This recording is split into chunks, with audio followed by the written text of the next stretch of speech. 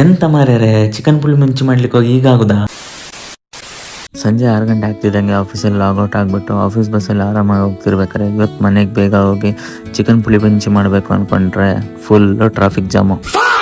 ಮಂತ್ರಿ ಸ್ಕ್ವೇರ್ಗೆ 7:45ಗೆ reach ಆಗಬೇಕಾಗಿರೋನು reach ಆಗ್ಬೇಕಾದ್ರೆ 8:45 ಆಗಿತ್ತು. ಅಲ್ಲಿಂದ BMTC EV ಬಸ್ ಹತ್ಕೊಂಡು ಮೆಜೆಸ್ಟಿಕ್ ಹೋದ್ರೆ ನಮ್ಮ ಏರಿಯಾಗೆ ಬಸ್ಸೇ ಇಲ್ಲ.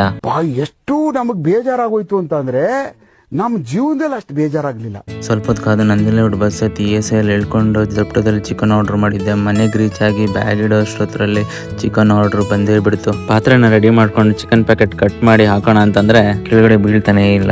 ಡಿಪ್ರೆಷನ್. ಆಮೇಲೆ ಚಿಕನ್ ಪಾತ್ರೆಗೆ ಹಾಕೊಂಡು ಸ್ಮಾಲ್ ಆಗಿ ಕಟ್ ಮಾಡಿ ಚೆನ್ನಾಗಿ ತೊಳೆದು ಬೇರೆ ಪಾತ್ರೆಗೆ ಹಾಕೊಂಡೆ. ಮಸಾಲೆನ ರೆಡಿ ಮಾಡ್ಕೊಂಡು ಮಿಕ್ಸರ್ ಗ್ರೈಂಡರ್ಗೆ ಹಾಕಿ ರುಬ್ಬಿದ ಮೇಲೆ ಬಾಣ್ಲಿಗೆ ಎಣ್ಣೆ, ಸಾಸಿವೆ, ಈರುಳ್ಳಿ, ಟೊಮೆಟೊ ಹಾಕಿ ತೊಳೆದಿರೋಂಥ ಚಿಕನ್ ಹಾಕ್ಬಿಟ್ಟು ಬೇಯಕ್ಬಿಟ್ಟೆ. ಚಿಕನ್ ಸ್ವಲ್ಪ ಬೆಂದಾದ್ಮೇಲೆ ರುಬ್ಬಿರೋ ಮಸಾಲ ಹಾಕ್ಬೇಕಾರೆ ಗೊತ್ತಾಯ್ತು ಪುಳಿ ಮುಂಚಿ ಮಸಾಲ ಕರೆಕ್ಟಾಗಿ ಆಗ್ಲಿಲ್ಲ ಅಂತ.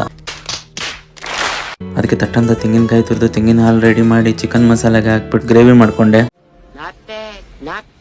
ಚಿಕನ್ ಗ್ರೇವಿ ರೆಡಿ ಆಗ್ತಿದ್ದಾಗೆ ಊರಿಂದ ತಗೊಂಬಂದ ಕೋರಟಿನ ಸ್ವಲ್ಪ ಕ್ರಶ್ ಮಾಡಿಕೊಂಡು ಪ್ಲೇಟ್ಗೆ ಹಾಕಿ ರೆಡಿ ಆದಂತ ಚಿಕನ್ ಗ್ರೇವಿನ ಹಾಕೊಂಡು ಸರಿಯಾಗಿ ಸವಿತಾ ಇದ್ರೆ ಸೂಪರ್.